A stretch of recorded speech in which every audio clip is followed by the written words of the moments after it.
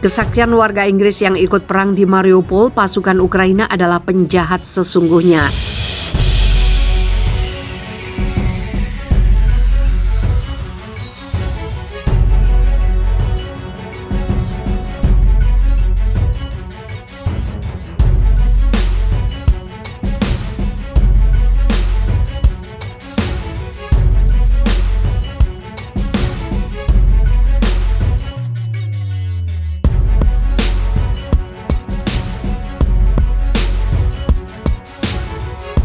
Tentara perang asal Inggris menceritakan apa yang sesungguhnya terjadi setelah perang berminggu-minggu antara Ukraina dan Rusia.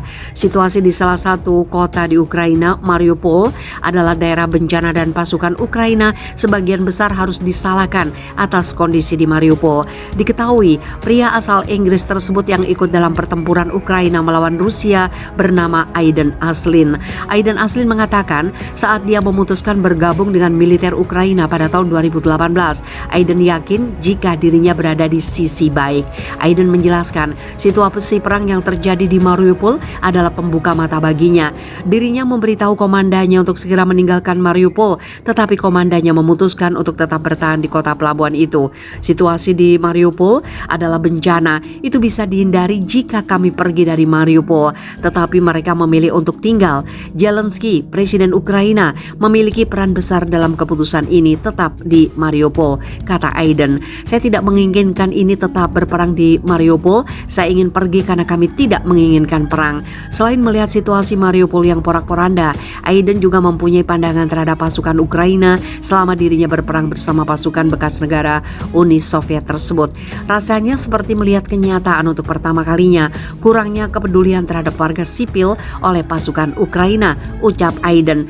Mereka, pasukan Ukraina, menjarah supermarket ketika warga sipil membutuhkan makanan untuk bertahan hidup di kota yang dikepung. Dia menambahkan jika pasukan Ukraina adalah penjahat sebenarnya.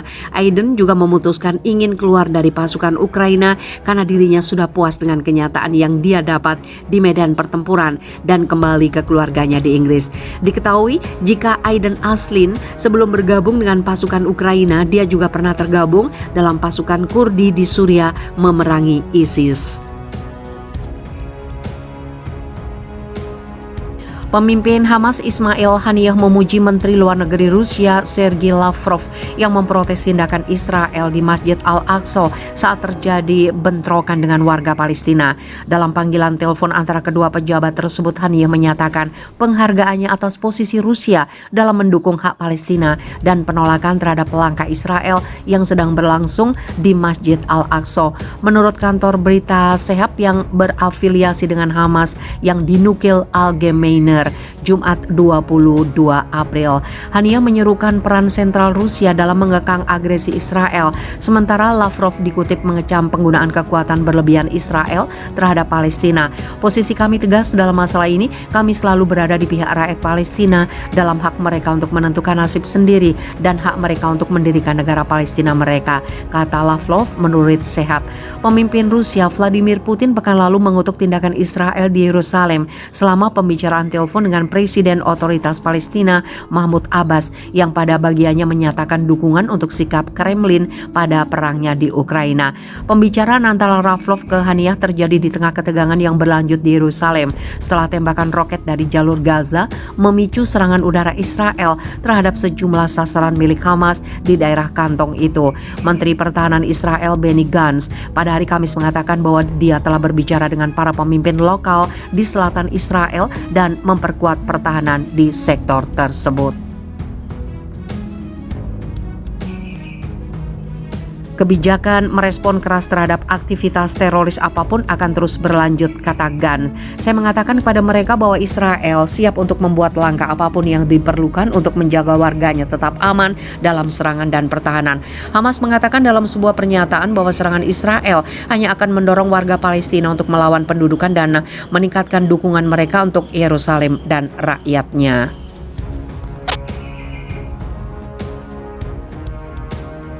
Seorang komandan marinir di lini pertahanan terakhir Ukraina di kota Mariupol yang dikepung tentara Rusia merilis pesan video pada Rabu 20 April pagi waktu setempat.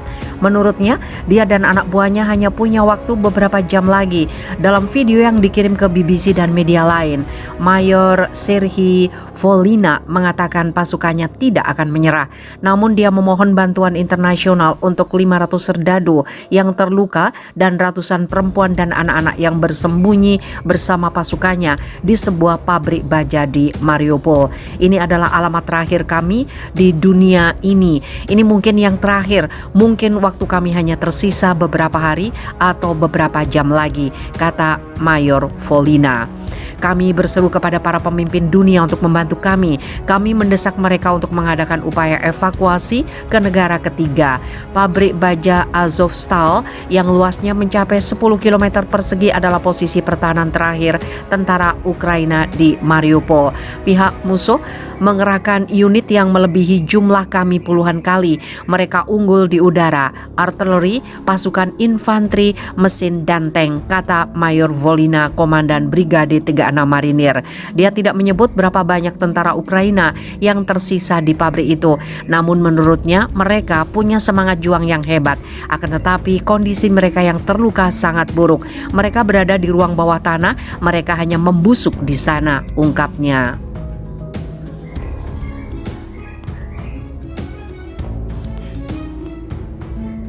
Pekan lalu, Presiden Ukraina Volodymyr Zelensky mengatakan kepada BBC bahwa dia meyakini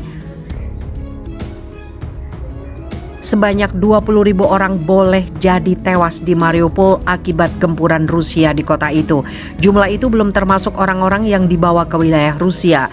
Rusia telah mengultimatum tentara Ukraina di Mariupol untuk meletakkan senjata mereka pada hari Rabu pukul 11 GMT atau 17 waktu Indonesia Barat. Peringatan itu diberikan setelah tentara Rusia mengepung sekitar 130.000 warga kota itu selama 50 hari. Akibatnya, warga kesulitan mendapatkan makanan, air bersih dan obat-obatan, menurut wakil wali kota. Tapi mengapa Mariupol penting bagi Rusia sejak menginvasi Ukraina pada Februari lalu? Daratan luas merebut Mariupol akan membuat Rusia bisa mengendalikan daratan luas di kawasan selatan dan timur Ukraina. Mengendalikan ekonomi, Mariupol adalah pelabuhan penting bagi Ukraina. Sebelum perang, pelabuhan itu memainkan peranan kunci dalam ekspor baja dan batu bara. Peluang propaganda, Mariupol adalah basis unit milisi Ukraina bernama Brigade Azov yang terdiri dari sejumlah orang berhaluan ekstrim kanan. Meski jumlah mereka hanya segelintir, menghancurkan mereka bakal menjadi alat propaganda yang efektif bagi Moskow. Dorongan moral merebut Mariupol akan membuat Kremlin bisa menunjukkan